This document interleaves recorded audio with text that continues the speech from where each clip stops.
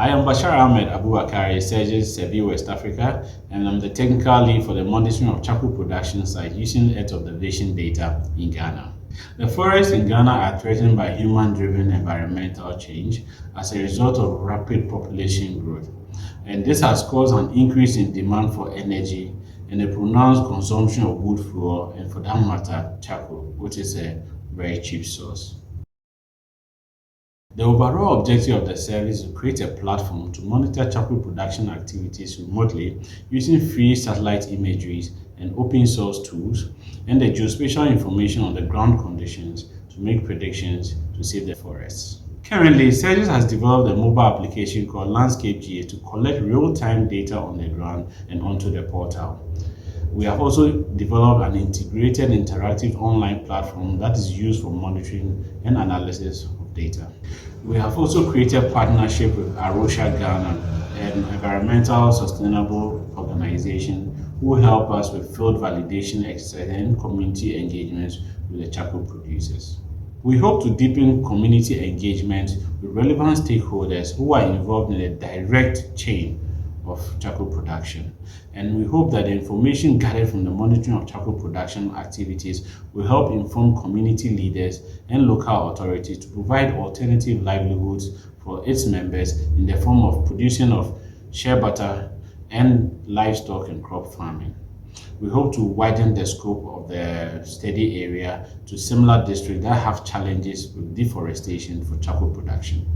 The service was made possible by partnership from USAID, SERVIR West Africa, NASA, and CILSS.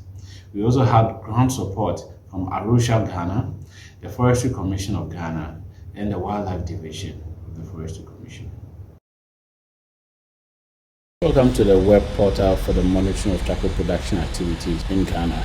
On the left panel of the portal is a tool section where users can zoom in and zoom out, undo features, stop. You can also share whatever you have analyzed on the portal. You can also print your map and make simple measurements from one charcoal scar or kiln to the other. And also have this nice feature where we can load GPX, KML, and GeoJSON files onto the platform for further analysis. Also, on the top right button here, we have the menu pane where you can have the boundaries, the charcoal production sites, the tree cover map information, the base maps as well.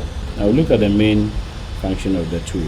Now this tool basically seeks to show us a time series of charcoal production activity that has been taking place from 2008 to about 2017. So these buttons here, select them, will either turn on or turn off each layer within the study area. So you could see with time the activity is increasing as it goes. You can see 2016 and the like.